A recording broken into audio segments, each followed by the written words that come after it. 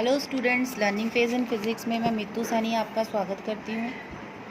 आज हम करने जा रहे हैं एक new topic that is electric dipole in a uniform electric field. कि क्या होता है अगर हम एक इलेक्ट्रिक डाइपोल को इलेक्ट्रिक फील्ड के अंदर रखें। अभी तक तो हमने यही पढ़ा था कि हमने एक डाइपोल है उसकी वजह से हमने इलेक्ट्रिक फील्ड निकाला था, बट अब हमने क्या करना, ऑलरेडी हमारे पास इलेक्ट्रिक फील्ड है, उसके अंदर अब हमने डाइपोल प्लेस करवाना है। कौन सा इलेक्ट्रिक फील्ड है हमारे पास? यूनिफॉर्म इलेक्ट्रिक फील्ड है। यूनिफॉर्म इलेक्ट्रिक फील्ड मीन हर पॉइंट पे जो इलेक्ट्रिक फील्ड की वैल्यू है वो सेम है। तो यूनिफॉर्म इलेक्ट्रिक फील्ड को हम कैसे रिप्रेजेंट करते हैं?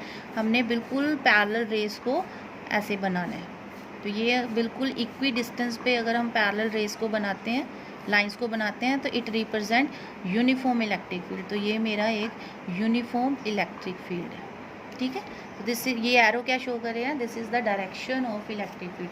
तो यहाँ पे मैंने कोई डाइपोल प्लेस करना है, तो ये किसी एंगल पे हम प्लेस करेंगे। तो ये मेरे पास डाइपोल है, ये मेरे पास डाइपोल जो पॉइंट है, this is A, this is point B, ठीक है।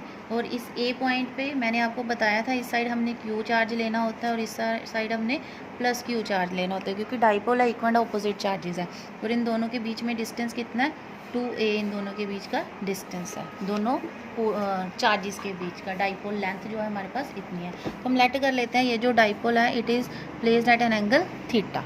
अब आपको पता है कि ये जो इलेक्ट्रिक फील्ड है इसकी डायरेक्शन क्या होती है? इलेक्ट्रिक फील्ड की डायरेक्शन होती है from positive to negative. It means इस साइड पॉजिटिव होगा और इस साइड नेगेटिव होगा, तो तभी इसकी डायरेक्शन इस साइड को है, ठीक है। तो अगर इधर पॉजिटिव है तो ये मेरे पास माइनस क्यू चार्ज है, तो ये पॉजिटिव क्या करेगा? माइनस क्यू चार्ज को अपनी तरफ अट्रैक्ट करेगा। इसका मतलब है ये इसको इस डायरेक्शन में फोर्स लगाएगा, ठीक है। ये इस डायरेक्शन में इसको फोर्स लगाएगा। और ये जो प्लस क्यू है इसको ये वाला नेगेटिव चार्ज जो है अपनी तरफ अट्रैक्ट करेगा, तो ये इसको इस तरफ फोर्स लगाएगा। एफ कितनी फोर्स लगाएगा? हमें पता है ई जो है एफ अपॉन क्यू नॉट होता है, ठीक है, या एफ अपॉन क्यू होता है। तो हमारे पास एफ कितनी हो जाएगी? क्यू टाइम्स ई, ये आ जाएगी। तो कितनी फोर्स लगी? कितना चार्ज है? माइनस क्यू, तो माइनस क्यू इंटू ई, इतनी फोर्स लगी हमारे पास। और इधर हमारे पास क्या फोर्स कितनी लगेगी? प्लस क्यू इंटू ई।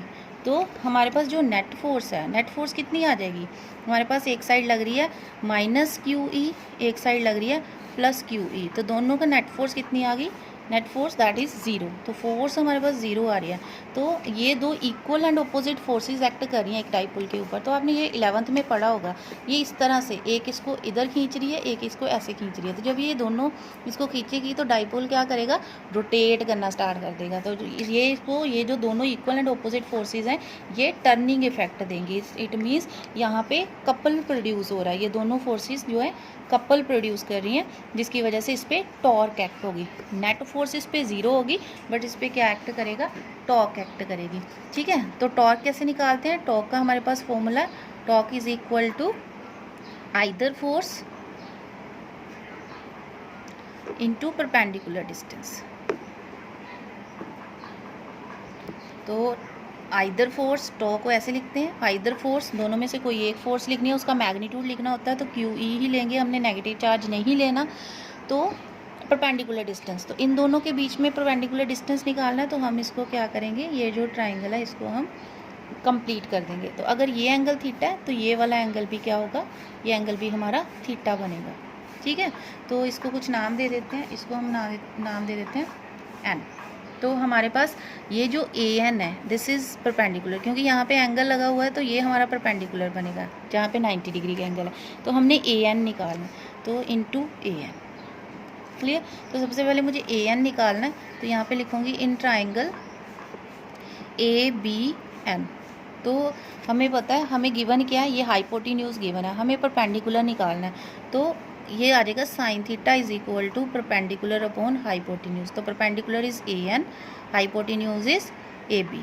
तो ए एन कितना आ जाएगा हमारे पास? A B sine theta. तो ये वैल्यू हम यहाँ पुट करेंगे, तो Q E into A B sine theta. तो tau is equal to Q E, A B की कितनी वैल्यू है मेरे पास? 2a sine theta. तो tau is equal to E sine theta, एक साइड लिख लेते हैं, क्या रह गया? q into 2a। तो ये q इंटू 2a क्या होता है? This is dipole movement. तो दिस इज p।